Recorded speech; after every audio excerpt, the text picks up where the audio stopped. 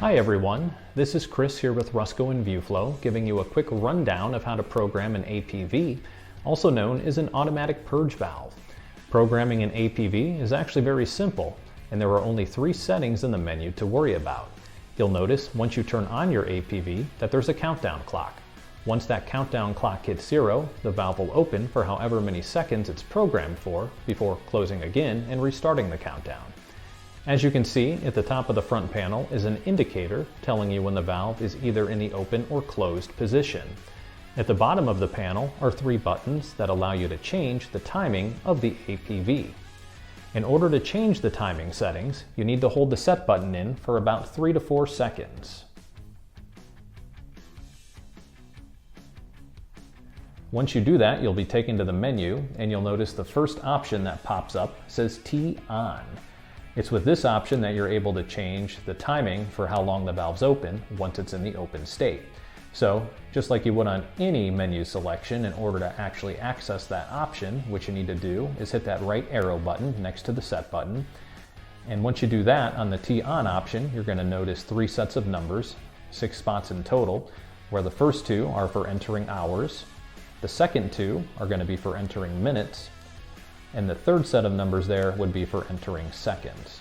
So in the case of this valve, I'm going to want it to be opened for a total of 12 seconds once it's in the open state. So to do that, I need to arrow all the way over to the third set of numbers, and then in that 5th spot right there, what I need to do is enter a 1, and then I'll arrow over once more, and then in that last spot, I need to arrow up until I see a 2. That means once I set this into place, once the valve is in the open state, it's going to be in that open state for a total of 12 seconds. So to lock in this selection, I need to hit the set button again. That's going to take me back to my main menu screen. From there, if I hit set one more time, you'll notice the option that says T off.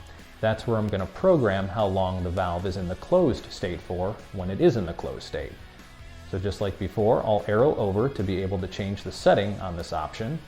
And just like before too, you'll notice 3 sets of numbers. The first 2 are going to be for hours, second going to be for minutes, and your third set of numbers is going to be for seconds. In the case of this valve, I'm going to want to change it to be in the closed state for a total of 24 hours. So right now it's scheduled for 12 hours. In order to change this, I need to stay on that first number there, and I'll arrow up until I see a 2. And then once I have a 2 in there, I'm going to arrow over and change that second number to a 4. So that means once I lock this into place, the valve is going to be in the closed state for 24 hours before ultimately opening for 12 seconds, which is what we programmed previously. So to lock this in, I'll hit the set button again. And now if I hit the set button again, once I'm back on the main menu, you'll notice the next option says PONS. It's with this option that you could change whether or not, once you're out of the menu, if the valve starts in the open state or the closed state. So if I arrow over, I'm going to see it either flashing off, or if I arrow up, I'll notice a flashing on. If I have off selected on this screen, that means that once I'm out of the menu, the valve is going to start in the closed state. And in the case of this valve, that means it's going to be closed for 24 hours before opening. If I have the on selection as my pick, that means once I'm out of the menu, the valve is going to start in the open state, and in the case of this valve, it's going to open for 12 seconds before going into that closed state of 24 hours. So just so you can see something happen with this valve, I'm going to select the on option in this particular menu option. So I'll hit set to lock that into place. And if I hit set one more time, the only other menu option says CNT. This will show you exactly how many times the valve has either opened or closed since the last time you viewed the menu. So if I arrow over, it's going to show me that number. In this case, this valve hasn't opened or closed at all since I last was in the menu. So if I hit set one more time, it's going to take me back to the main menu screen.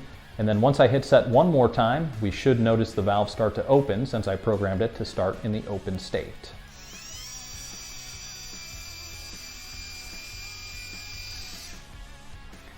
Basically, it's going to count down from 12 seconds, and then once that 12 seconds is up, it's going to go back into the closed state, and you'll notice that 24-hour countdown clock begin for that. That's basically a rundown of how to program an automatic purge valve. If you have any other questions, give us a call at Rusco at 1-800-345-1033 or ViewFlow at 1-800-833-5171.